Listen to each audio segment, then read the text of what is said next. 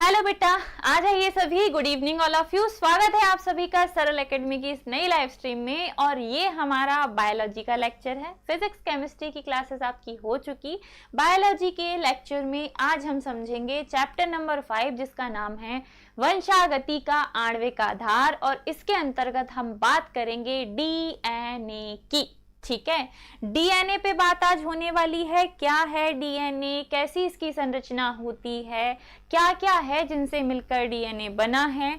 और कल मैंने थोड़ी बहुत ज्यादा नहीं, अ लिटिल बिट, थोड़ी बहुत ब्रीफिंग आपको इस टॉपिक की दे दी थी। तो आई होप सो सब कुछ क्लियर है। जुड़ जाओ सभी फटाफट से। ऑल ओके, थम्स अप कर दो। यस मैम, सब ठीक है, सब बढ़िया है। कुछ तो भी ऐसा दिखाओ ताकि मुझे थोड़ा कॉन्फिडेंस आए कि यस बच्चे आ गए हैं, जुड़ गए हैं। तब तक मैं कल का थोड़ा सा रिविजन करवाती हूँ।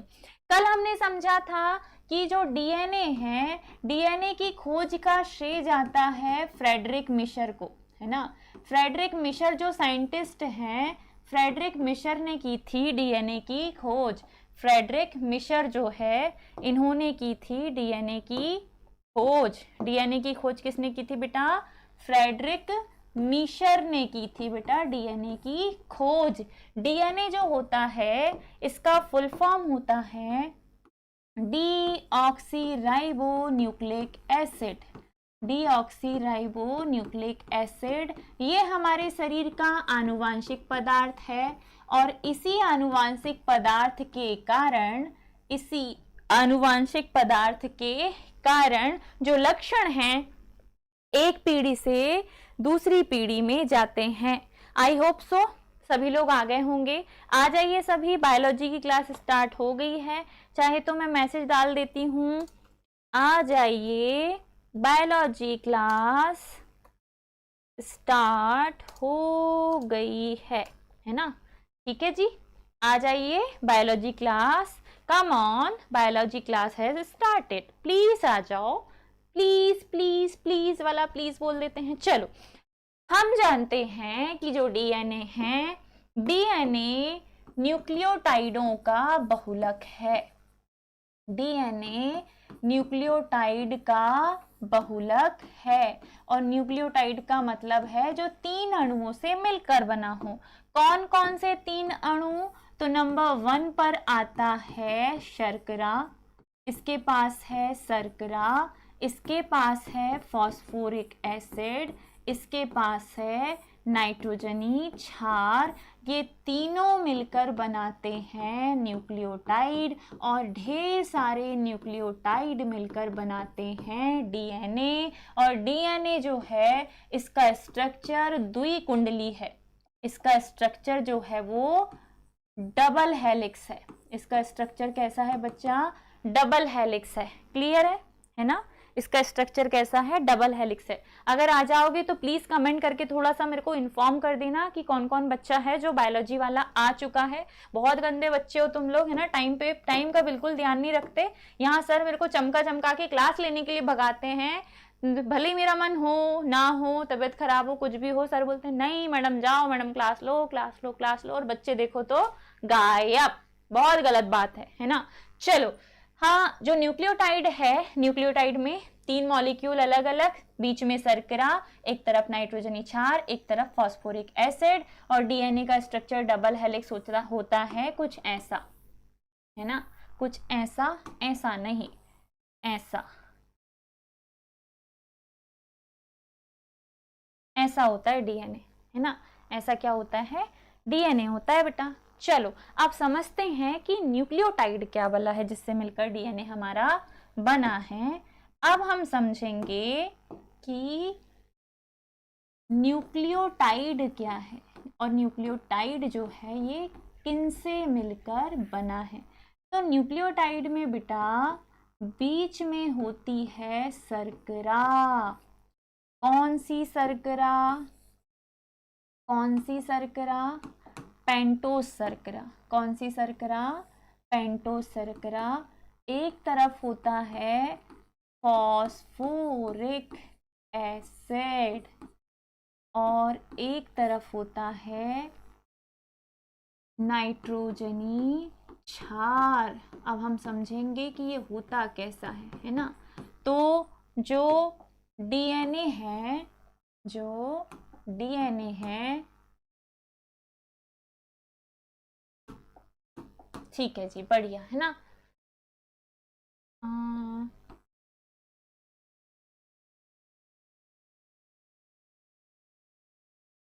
अभी ठीक है, चलो। तो जो डीएनए है, डीएनए की जो संरचना है वो न्यूक्लियोटाइडों से मिलकर बनी है। किससे मिलकर बनी है बेटा? न्यूक्लियोटाइडों से। लेकिन न्यूक्लियोटाइड किससे मिलकर बना है? तो न्यूक्लियोटाइड मिलकर बना है शर्करा से, फॉस्फोरिक एसिड से, नाइट्रोजनी क्षार से। अब जो डीएनए है उसमें जो फॉस्फोरिक एसिड होता है उसका फॉर्मूला होता है H3PO4। H3PO4 में फॉस्फोरस बीच में होता है, डबल बॉन्ड के साथ ऑक्सीजन, सिंगल बॉन्ड के साथ हाइड्रोक्सिल ग्रुप, सिंगल बॉन्ड के साथ हाइड्रोक्सिल ग्रुप, सिंगल बॉन्ड के साथ। तो इस प्रकार से H3PO4 व्यवस्थित होता है। एक फॉस्फोरस, 3 हाइड्रोजन, 4 ऑक्सीजन फॉस्फोरस के साथ जुड़े हैं। वैसे भी जो फॉस्फोरस है उसकी बैलेंसी जो होती है वो 3 होती है बेटा। कितनी होती है? तो आसानी से फॉस्फोरस जो है उसकी जो वैलेंसी है वो कंप्लीट हो जाती है ना। बीच में है फॉस्फोरस। अब जो H3PO4 है ना, जो H3PO4 है ना वो जुड़ेगा किससे? शर्करा से। अब शर्करा कौन सी शर्करा होती है भाई? तो यहाँ जो शर्करा होती है बेटा वो होती है पेंटोज शर्करा। कौन सी शर्करा? पेंटोज शर्करा होती है। अब कौन सी पेंटोज? तो हम जो जान रहे हैं वो है किसकी शर्करा?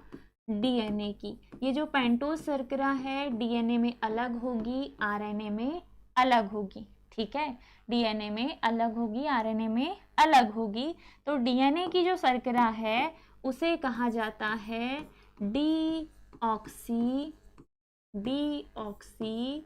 राइबोस पेंटोज शर्करा। ठीक है, डीऑक्सीराइबोस पेंटोज शर्करा। अब इस शर्करा की क्या खास बात है ना? इस शर्करा की क्या खास बात है? तो बेटा कुछ खास नहीं है, इसमें कुछ भी खास नहीं है। बस एक ही चीज खास है जो इसे बनाती है बहुत खास, डीएनए की शर्करा, फॉस्फोट डीऑक्सीराइबोस पेंटोज शर्करा। अब हम इसका फॉर्मूला लिखेंगे। यहाँ पे ऑक्सीजन है, 5 कार्बन जुड़े हैं, इस वाले कार्बन से हाइड्रोजन जुड़ा है और हाइड्रोक्सिल ग्रुप जुड़ा है। इस वाले कार्बन से हाइड्रोजन और हाइड्रोजन, हाइड्रोक्सिल ग्रुप, हाइड्रोजन और हाइड्रोक्सिल ग्रुप, हाइड्रोजन और CH2OH। ये जो शर्करा है, इस शर्करा में अगर एक ऑक्सीजन की कमी रह जाए, एक ऑक्सीजन की कमी रह जाए, कौन से नंबर पे? तो बेटा ये पहले नंबर का कार्बन, ये दूसरे नंबर का, ये तीसरे नंबर का, ये चौथे नंबर का और ये जो है ये 5वें नंबर का कार्बन है। तो अगर दूसरे नंबर के कार्बन पर एक हाइड्रोक्सिल ग्रुप की क्या रह जाए? कमी, तब इस शर्करा को कहा जाता है डीऑक्सी। डीऑक्सी मतलब एक ऑक्सीजन की क्या हो गई? कमी, एक हाइड्रोक्सिल ग्रुप की क्या हो गई है बेटा? कमी हो गई है। तब इस आई होप सो जितने भी बच्चे लाइव हैं उन लोगों ने अभी तक लाइक कर दिया होगा बिना बोले, और कमेंट भी करके बताओ कि समझ में आ रहा है या नहीं। धीरे धीरे बड़े प्यार से समझना। हम समझ रहे हैं कि जो डीएनए है वो डीएनए न्यूक्लियोटाइड का बहुलक है। तो न्यूक्लियोटाइड किससे मिलकर बना है? तो बेटा न्यूक्लियोटाइड जो है वो 3 अलग अलग प्रकार के मॉलिक्यूल से मिलकर बना है। न्यूक्लियोटाइड में बीच में होती है पेंटोज शर्करा, न्यूक्लियोटाइड में बीच में होती है पेंटोज शर्करा। एक तरफ होता है फॉस्फोरिक एसिड तथा दूसरे तरफ होते हैं नाइट्रोजनी क्षार। फॉस्फोरिक एसिड का सूत्र होता है H3PO4। फॉस्फोरिक एसिड का सूत्र होता है H3PO4। ये रहा H3PO4। ठीक है, H3PO4 जिसे हमने ऐसे व्यवस्थित किया। दूसरा, बीच में पेंटोज शर्करा है, तो डीएनए की जो शर्करा पेंटोज शर्करा है मतलब 5 कार्बन वाली शर्करा है, उसे कहा जाता है डीऑक्सीराइबोस पेंटोज शर्करा। अब इस डीऑक्सीराइबोस पेंटोज शर्करा में क्या खास है भाई? तो इसमें खास ये है बेटा, इसमें खास ये है कि पता नहीं सर क्या करने लगे है ना, कोई बात नहीं, ठीक है। इसमें खास ये है कि ये जो शर्करा है ना, इसमें दूसरे नंबर का जो कार्बन है, उस दूसरे नंबर के कार्बन पर एक ऑक्सीजन की कमी रह गई। एक्चुअल में हाइड्रोक्सिल ग्रुप की कमी है, सिर्फ हाइड्रोजन है, ऑक्सीजन यहाँ नहीं है। इसीलिए इस शर्करा को कहा जाता है डीऑक्सीराइबोस पेंटोस शर्करा। अगर इफ यहाँ पर इसी शर्करा में, यहाँ पर इसी शर्करा में क्या हो जाए, देखो इसी शर्करा में क्या हो जाए, ऑक्सीजन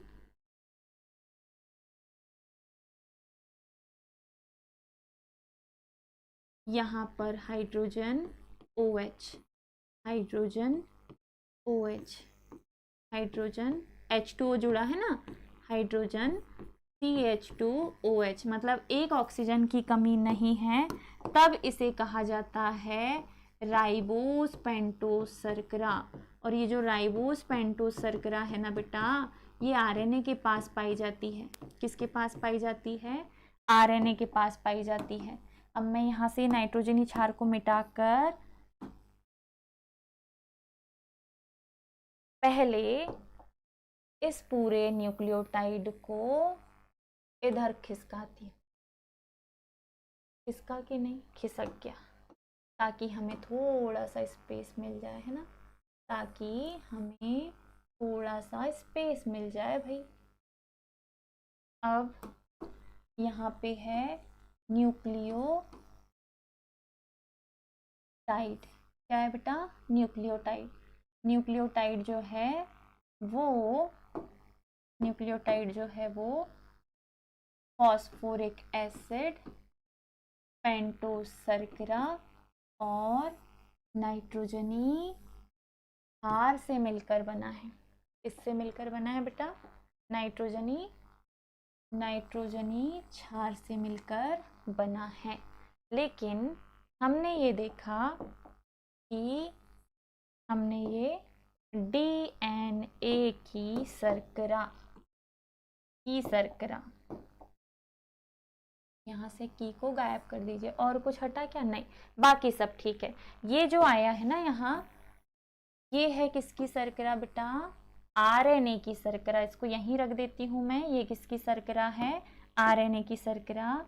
ये है बच्चा CH2OH।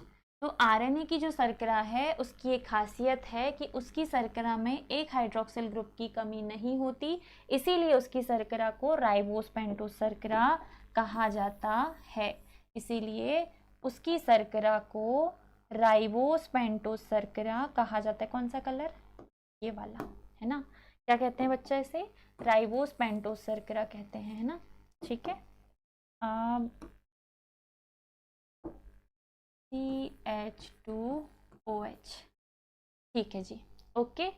ये जो शर्करा है ये आरएनए की है। अब हमारे पास क्या बचा? तो डीएनए के न्यूक्लियोटाइड से सबसे आखिर में जोड़ते हैं कौन? नाइट्रोजनी क्षार। नाइट्रोजनी क्षार।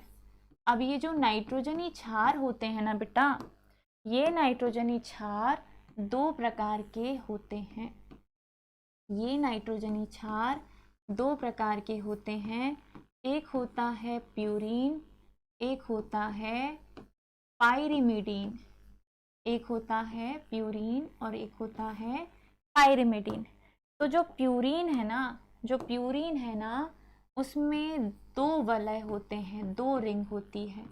पाइरिमिडीन में केवल एक वलय यानी कि एक रिंग होती है। फॉर एग्जाम्पल जो प्यूरीन है उसके पास एक हेक्सागोनल स्ट्रक्चर होगा और एक पेंटागोनल स्ट्रक्चर होगा, 5 कार्बन और 6 कार्बन। जबकि पाइरिमिडीन के पास केवल एक हेक्सागोनल स्ट्रक्चर होता है, केवल एक रिंग होती है। अब टाइप भी लिख लीजिए साथ ही साथ, है ना। टाइप क्या? तो जो प्यूरीन है इसके एग्जाम्पल हैं बेटा, इसके जो प्रकार हैं वो है एडेनिन, गवानिन,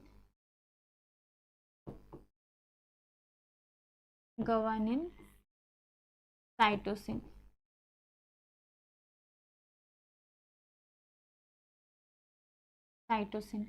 इधर थाइमिन, सॉरी सॉरी सॉरी, गड़बड़ हो गया है ना। ATCG होता है ना, ATG और इधर होगा C और इधर TUC, यूरेसिल भी होता है बेटा। ये है क्या, थायमिन।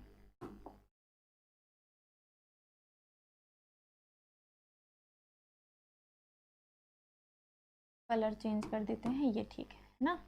ये है क्या, थायमिन। थायमिन, थायमिन के बाद साइटोसिन, और साइटोसिन के बाद यूरेसिल। यूरेसिल डीएनए के पास नहीं होता, ये केवल और केवल आरएनए के पास होता है। यूरेसिल डीएनए के पास नहीं पाया जाता बच्चों, ये केवल और केवल आरएनए के पास होता है। चलिए, क्या बात है, इतने सारे लोग लाइव आते हैं और कमेंट नहीं करते, या कमेंट बंद हो गए, अपने आप बंद हो गए, ऐसा भी हो सकता है। चलो फिर से अच्छे से समझो, डीएनए जो है ये न्यूक्लियोटाइड का बहुलक है। डीएनए न्यूक्लियोटाइड का बहुलक है। डीएनए की खोज की थी मिस्र ने। न्यूक्लियोटाइड जो है वो 3 अलग अलग मॉलिक्यूल से मिलकर बना है।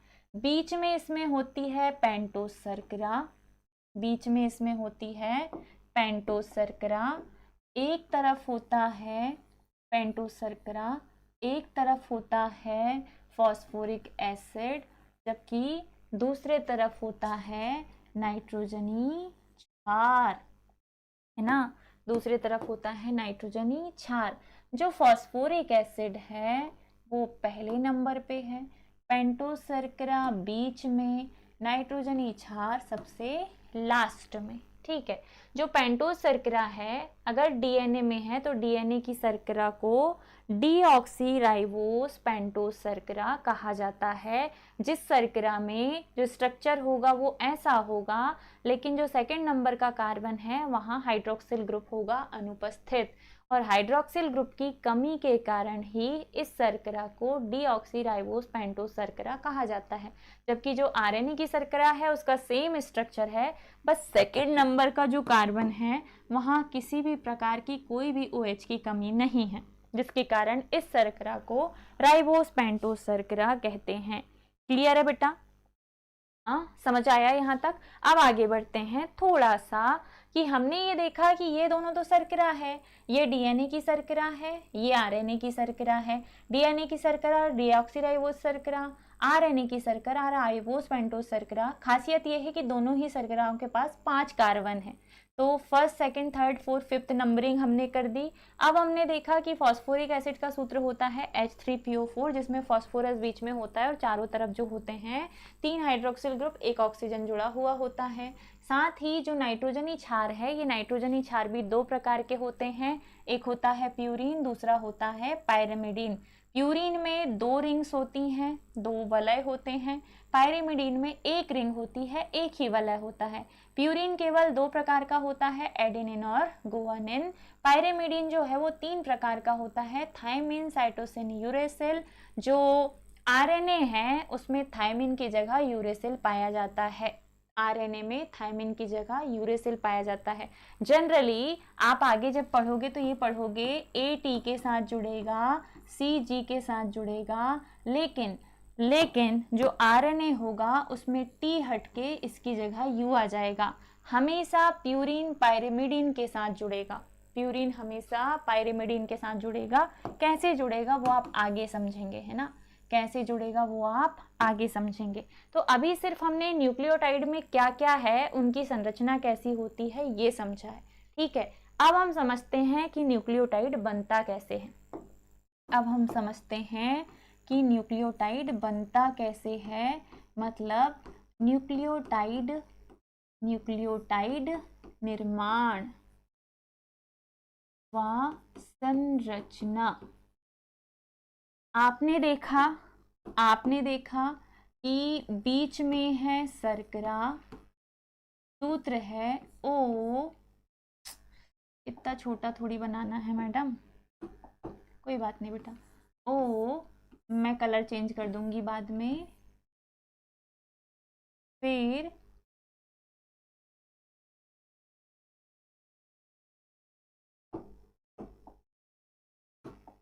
यहाँ पे H, OH, H, oxygen, H, H, OH, H, CH2OH। ठीक है, ये है शर्करा का सूत्र। अब एक तरफ क्या है बेटा, शर्करा के साथ कौन जुड़ा है, फॉस्फोरिक एसिड जुड़ा है। शर्करा के साथ कौन जुड़ा है, फॉस्फोरिक एसिड। पिछले पेज में यही तो सीखा है हमने कि फॉस्फोरिक एसिड भी है ना। तो फॉस्फोरिक एसिड का सूत्र भी बना दो भैया, P है, OH है, ऑक्सीजन है, OH है, OH है। नंबरिंग चालू हुई, पहला कार्बन, दूसरा कार्बन, तीसरा कार्बन, चौथा कार्बन, पांचवा कार्बन। बीच में काय का निशान है, ये प्लस का निशान है ना। चाहे तो मिटाकर फिर से प्लस बनाइए, फिर प्लस बनाइए। क्यों बनाना है प्लस, तो अब इधर जो जुड़ेगा वो होगा क्या, नाइट्रोजनी क्षार। नाइट्रोजनी क्षार कैसे जुड़ेगा बेटा, वो भी समझो, है ना। कैसे जुड़ेगा वो भी समझो। तो देखो, शर्करा ये रही CH2OH, बहुत गंदे तरीके से लिखा है मैडम CH2OH, कोई नहीं बेटा, अच्छे से लिख देती हूँ CH2OH। अभी ठीक है। चलो, नाइट्रोजनी क्षार या तो प्यूरिन होगा जिसमें 2 वलय होंगे, या होगा पाइरिमिडीन जिसमें केवल 1 वलय होगा। बस एक ही चाहिए न्यूक्लियोटाइड में। ये जो है ये क्या है, प्यूरिन। प्यूरिन में भी मान लो ये क्या है, एडेनिन है। क्या है बेटा, एडेनिन। अब तीनों जब जुड़ेंगे तभी किसका निर्माण होगा, न्यूक्लियोटाइड का निर्माण होगा। तो देखो, ये जो फॉर्मूला आपने CH2OH लिखा है ना, इसे आप थोड़े समय के लिए पलट के लिख दो। पलट के कैसा, कि पहले आप लिख दीजिए CH2, फिर आप लिख दीजिए OH, और नंबरिंग इसे दे दीजिए कि ये जो है ये 5th नंबर का कार्बन है।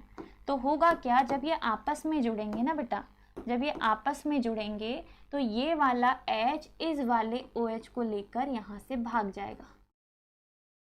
ये वाला H इस वाले OH को लेकर यहाँ से भाग जाएगा। कहने का मतलब ये है कि यहाँ से निकलेगा H2O। ठीक इसी प्रकार फर्स्ट नंबर का जो हाइड्रोक्सिल ग्रुप है, यहाँ पे भी होता है H, है ना, C के साथ H। तो यहाँ पे भी क्या होता है बेटा, ये वाला जो OH है इस वाले H के साथ भाग जाता है। यहाँ भी HOH वाली बॉन्डिंग होगी, तो यहाँ से भी क्या निकलेगा, H2O। तो इस प्रकार से शर्करा जब नाइट्रोजनी क्षार से जुड़ेगी तब भी H2O निकलेगा, जब शर्करा फॉस्फोरिक एसिड से जुड़ेगी तब भी H2O निकलेगा। जब H2O निकल गया तो ये जो शर्करा है ना, मैं शॉर्टकट बनाऊंगी। अब ये शर्करा डायरेक्टली जुड़ जाती है ऑक्सीजन से। ऑक्सीजन जुड़ा है फॉस्फोरिक एसिड से, फॉस्फोरिक एसिड जुड़ा है अपने अपने हाइड्रोक्सिल ग्रुप से। यहाँ फिर से कि बन गया डबल बॉन्ड, है ना, सॉरी नहीं बनता, डबल बॉन्ड नहीं बनता यहाँ पे, है ना। यहाँ पे ये ऑक्सीजन डायरेक्ट किससे जुड़ गया बेटा, ये वाले कार्बन से जुड़ गया। किससे जुड़ा है, ऊपर वाले कार्बन से जुड़ा है। ये यहाँ पे जो कार्बन है ना, H है, CH2 है, और इस कार्बन से ही सीधे जुड़ा है। इसी प्रकार दूसरे तरफ वाला जो हाइड्रोजन है वो तो रह गया, लेकिन ये डायरेक्ट जुड़ गया किससे, डायरेक्ट जुड़ गया किससे, प्यूरिन वलय से जुड़ गया, है ना। किससे जुड़ गया, प्यूरिन वलय से। तो आप ध्यान से देखो, ये है सुगर, ये है फॉस्फोरिक एसिड, और ये है नाइट्रोजनी क्षार, है ना। फॉस्फोरिक एसिड आप इसे Pa से दर्शा सकते हैं। शर्करा और नाइट्रोजनी क्षार ये तीनों आपस में जुड़ गए, तीनों आपस में जुड़ गए। शर्करा ने फॉस्फोरिक एसिड से बंध बनाया, शर्करा ने नाइट्रोजनी क्षार से भी बंध बनाया। यहाँ जो बंध बनता है ना बेटा, फॉस्फोरिक एसिड और शर्करा के बीच में जो बंध बनता है उसे कहा जाता है फॉस्फोएस्टर बंध। उसे कहा जाता है फॉस्फोएस्टर बंध। और शर्करा और नाइट्रोजनी क्षार के बीच में जो बंध बनता है उसे कहा जाता है एन ग्लाइकोसिडिक बंध। क्या कहा जाता है बेटा? एन ग्लाइकोसिडिक बंध। ध्यान से देखना, हम समझ रहे हैं कि कैसे न्यूक्लियोटाइड का निर्माण होता है, कैसे न्यूक्लियोटाइड का निर्माण होता है। तो बढ़िया से ध्यान से प्यार से देखिए, समझिए कि जब शर्करा नाइट्रोजनी क्षार से जुड़ेगी, NB नाइट्रोजनी क्षार नाइट्रोजनी बेस से जुड़ेगी तो N ग्लाइकोसिडिक बंध बनेगा, और जब शर्करा फॉस्फोरिक एसिड से जुड़ेगी तो फॉस्फोएस्टर बंध बनेगा। इस प्रकार तीनों जब जुड़ जाते हैं तो बनता है न्यूक्लियोटाइड। और न्यूक्लियोटाइड में कितने बंध होते हैं? 2 बंध होते हैं। न्यूक्लियोटाइड में कितने बंध होते हैं बेटा? 2 बंध। न्यूक्लियोटाइड का निर्माण जब होता है तो शर्करा जो है वो डायरेक्टली फॉस्फोरिक एसिड से जुड़कर फॉस्फोएस्टर बंध बनाती है, फिर शर्करा नाइट्रोजनी क्षार से जुड़कर N ग्लाइकोसिडिक बंध बनाती है। इस प्रकार न्यूक्लियोटाइड में 2 बंधों का निर्माण होता है। क्या यहाँ तक आपको क्लियर हुआ? बताएं फटाफट, फिर मैं आगे बढ़ूंगी। तो देखो अगले पेज में हमने देखा कि जब न्यूक्लियोटाइड बन रहा है, हमने देखा कि जब न्यूक्लियोटाइड बन रहा है तो बीच में है शर्करा, एक तरफ होता है फॉस्फोरिक एसिड, एक तरफ होता है नाइट्रोजनी क्षार। एक न्यूक्लियोटाइड बना। अब ये शर्करा जो है, इसके नीचे एक और शर्करा, इस शर्करा से ये फॉस्फोरिक एसिड जुड़ेगा, इस शर्करा से ये वाला फॉस्फोरिक एसिड जुड़ेगा, और इस शर्करा से इधर जुड़ेगा फिर से कि नाइट्रोजनी क्षार। फिर ये शर्करा अगले फॉस्फोरिक एसिड से जुड़ेगी, अगला फॉस्फोरिक एसिड फिर शर्करा से जुड़ेगा, और शर्करा जुड़ेगी किससे? नाइट्रोजनी क्षार से। फिर ये शर्करा नीचे वाले फॉस्फोरिक एसिड से जुड़ेगी, फॉस्फोरिक एसिड फिर शर्करा से जुड़ेगा, और शर्करा जुड़ेगी नाइट्रोजनी क्षार से। शर्करा और नाइट्रोजनी क्षार के बीच में जो बंध बनेंगे वो हैं कौन से बंध? N ग्लाइकोसिडिक बंध। कौन से बंध है? शर्करा और नाइट्रोजनी क्षार के बीच में जो बंध बनेंगे वो है N ग्लाइकोसिडिक बंध। शर्करा और फॉस्फोरिक एसिड के बीच में जो बंध बनेगा वो है फॉस्फोएस्टर बंध, फॉस्फोएस्टर बंध। अब ट्विस्ट ये है, अगर अभी ये फॉस्फोरिक एसिड शर्करा के 5वें नंबर कार्बन से जुड़ा है तो अगला फॉस्फोरेट जुड़ेगा 3रे नंबर कार्बन से, फर्स्ट सेकंड थर्ड। फिर ये तीसरे से जुड़ गया, ये किससे जुड़ गया बेटा? ये वाली शर्करा इस फॉस्फोरिक एसिड से जुड़ी तो ये फॉस्फोरिक इस शर्करा के 5वें कार्बन से जुड़ा, तो अगले किससे जुड़ा? 5वें से जुड़ा। किससे जुड़ा बेटा? 5वें से। फिर अगले वाले के भी किससे जुड़ेगा? सॉरी 5वें से नहीं, सबसे ऊपर वाला जो स्टार्ट, हाँ 5वें से जुड़ा तो अगले वाले के जुड़ेगा 3रे से, फिर अगले वाले के जुड़ेगा 5वें से, फिर जुड़ेगा 3रे से। सॉरी नीचे साइड है ना, नीचे साइड, ऊपर साइड क्यों बता रही हूँ मैं? ऊपर नहीं बताना। देखो ये 5वें से जुड़ा, ये जुड़ेगा 3रे से, ये जुड़ेगा 5वें से, ये जुड़ेगा 3रे से, फिर ये जुड़ेगा 5वें से। श्रृंखला जो है 5वां, फिर 3रा, फिर 5वां, फिर नीचे जुड़ेगा तो किससे जुड़ेगा? 3रे से।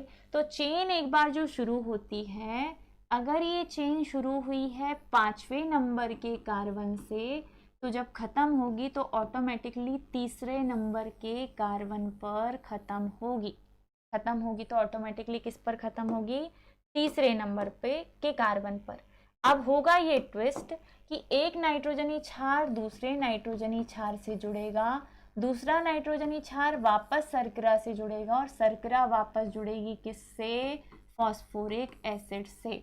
फिर ये फॉस्फोरिक एसिड अगली शर्करा से जुड़ेगा, अगली शर्करा वापस नाइट्रोजनी क्षार से जुड़ेगी, नाइट्रोजनी क्षार वापस नाइट्रोजनी क्षार से, नाइट्रोजनी क्षार से, ये शर्करा से, यहाँ है फॉस्फोरिक एसिड, और ये दोनों आपस में जुड़ गए।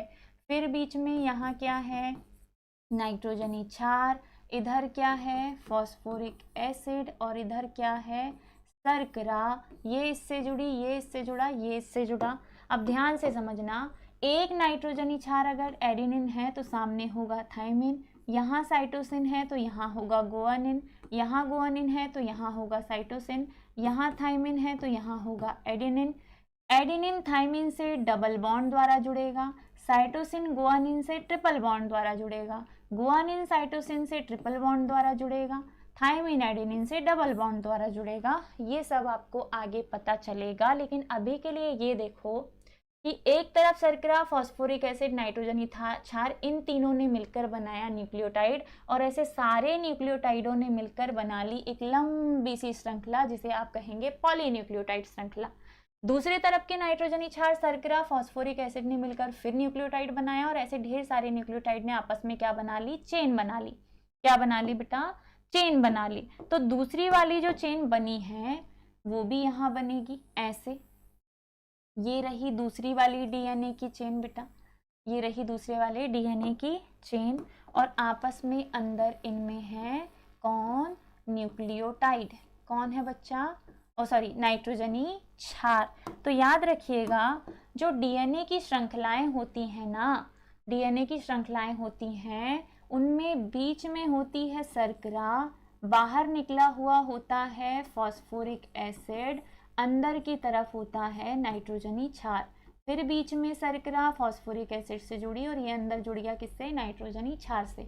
यहाँ भी रीढ़ में होती है शर्करा, बाहर है फॉस्फोरिक एसिड, अंदर की तरफ है नाइट्रोजनी क्षार, और ऐसे करके बेटा डीएनए की श्रृंखला जो है वो बनती है। तो सोचो, जब ये कोडिंग हो रही थी, सोचिए जब ये कोडिंग हो रही थी, जब ये कोडिंग हो रही थी तो कितनी कॉम्प्लिकेटेड कोडिंग हुई होगी कि जरा भी एक भी अपनी जगह से इधर से उधर हुआ, जरा भी अगर एक भी अपनी जगह से इधर से उधर हुआ तो पूरी कोडिंग की बच जाएगी बैंड, है ना? पूरी कोडिंग की बच जाएगी बैंड, और हमें हो जाएगी आनुवांशिक बीमारी। अब मैं यहाँ पे थायमिन, एडेनिन, साइटोसिन ये सब लिखूंगी, है ना? ये अच्छा लग रहा है। एनबी, एनबी का मतलब होता है नाइट्रोजनी क्षार, इंग्लिश में कहते हैं नाइट्रोजनी बेस। अरे यार, और रह गए, ये रह गया, ये रह गया, ये देखो, यहाँ एडेनिन था तो यहाँ थायमिन डबल बॉन्ड से जुड़ा था, यहाँ साइटोसिन था तो यहाँ गुआनिन ट्रिपल बॉन्ड से, यहाँ गुआनिन तो यहाँ साइटोसिन ट्रिपल बॉन्ड से, यहाँ थायमिन तो यहाँ एडेनिन डबल बॉन्ड से, फिर शर्करा इससे जुड़ी। अगर एक श्रृंखला 5' to 3' होती है तो दूसरी जो श्रृंखला होती है बेटा वो 3' से शुरू होकर 5' पे ख़त्म होती है। याद रखना, 3' से शुरू होती है और 5' पर हो जाती है ख़त्म। फटाफट से प्लीज़ लाइक कर दीजिए, है ना, जितने भी बच्चे जुड़े हैं। और मुझे ये बताओ कि एनसीईआरटी जो बुक है आपकी, उसमें ये जो बने हुए हैं क्या आपको ये समझ में आते हैं? ये देखो, ये पूरा प्रॉपर बना के दिया है उसने। ध्यान से देखना, आज पेज नंबर 91 खोल के आप सब देख लेना आपकी एनसीईआरटी में कौन से नंबर पे है। क्या आपको ये सीक्वेंस जो बने हैं ये समझ में आते हैं? क्या आज जो मैंने आपको पढ़ाया वो थोड़ा बहुत भी आपको समझ में आया? इफ़ यस तो प्लीज़ बताइए, क्योंकि आप लोगों के कमेंट मुझे दिखाई नहीं दे रहे। सब कुछ ठीक हो, सब कुछ ओके हो तो थम्स अप कर दो। इसके आगे की कहानी हम पढ़ेंगे कल, क्योंकि इससे ज़्यादा अगर मैंने ये आणविक संरचनाएं तुम्हारे दिमाग में डालने की कोशिश की तो बाय गॉड तुम्हारा दिमाग बाउंस बैक होकर फट जाएगा, है ना? तो मैं नहीं चाहती कि चीज़ें दिमाग से आउट हो। तो बढ़िया से इसका हम कल क्विक रिवीजन करेंगे अच्छे से, और फिर इसके आगे का हम पढ़ेंगे बेटा। हमने आज समझा न्यूक्लियोटाइड कैसे बनता है, न्यूक्लियोटाइड से डीएनए कैसे बनता है, न्यूक्लियोटाइड में कौन कौन से बंध होते हैं, कैसे फॉस्फोरिक एसिड शर्करा से जुड़ता है, शर्करा नाइट्रोजनी क्षार से जुड़ती है, नाइट्रोजनी क्षार कितने प्रकार के होते हैं, प्यूरिन में कितने वलय होते हैं, पाइरिमिडीन में कितने वलय होते हैं, सब कुछ, है ना? ये सब कुछ हमने आज समझा है। थोड़ा सा प्रीवियस कल का हमने रिवाइज किया, और यहाँ पे आके हम हमारा लेक्चर कर देते हैं समाप्त। 40 मिनट हो गए, अब मेरी एनर्जी भी जवाब देगी, है ना? 3 लेक्चर हो चुके हैं, इससे ज़्यादा मेरे अंदर एनर्जी नहीं है। तो प्लीज़ टेल मी, बताओ कि समझ में आया, कोई दिक्कत है, परेशानी है तो पूछो। आज तो मुझे ना क्या बोलते से प्रियांशी के कमेंट दिखे हैं, अनामिका के नहीं दिखे हैं, ये तो सब बाद में देखने वाले बच्चे हैं। लेकिन मैं उम्मीद करती हूँ बेटा जिन लोगों ने सब्सक्रिप्शन लिया है, अगर आप लोगों ने पैसे दिए हैं तो प्लीज़ पढ़ा करो आके, है ना, डाउट्स पूछा करो। अगर कोई आपको चीज़ें समझ में नहीं आ रही है तो आपको पूछना है। अगर हमने उस चीज़ का पे आउट किया है तो भरपूर फ़ायदा भी तो उठाओ। एक भी डाउट नहीं पूछते हो, कुछ नहीं पूछते, सब्जेक्ट रिलेटेड जो आप पढ़ रहे हो उससे रिलेटेड, है ना, अंडा इधर उधर का कुछ नहीं पूछना है। चलिए जी, नहीं आ रहा है कोई क्वेश्चन या कमेंट ही नहीं आ रहे हैं, मुझे नहीं पता, क्योंकि ना मोबाइल पे दिख रहे हैं ना लैपटॉप पे दिख रहे हैं, कुछ पे नहीं दिख रहा है। अब वही टीवी पे देखना पड़ेगा, हम बड़ी स्क्रीन पे, यही रह गया है। तो विदा लेते हैं बेटा आपसे। स्वस्थ रहिए, मुस्कुराते रहिए, ऐसे ही जुड़े रहिए सरल एकेडमी के साथ। अपना प्यार, अपना सपोर्ट हमारे साथ बनाए रखिएगा। जल्दी ही कल आपसे फिर मुलाकात होगी, तब तक के लिए राधे राधे, शुभ रात्रि।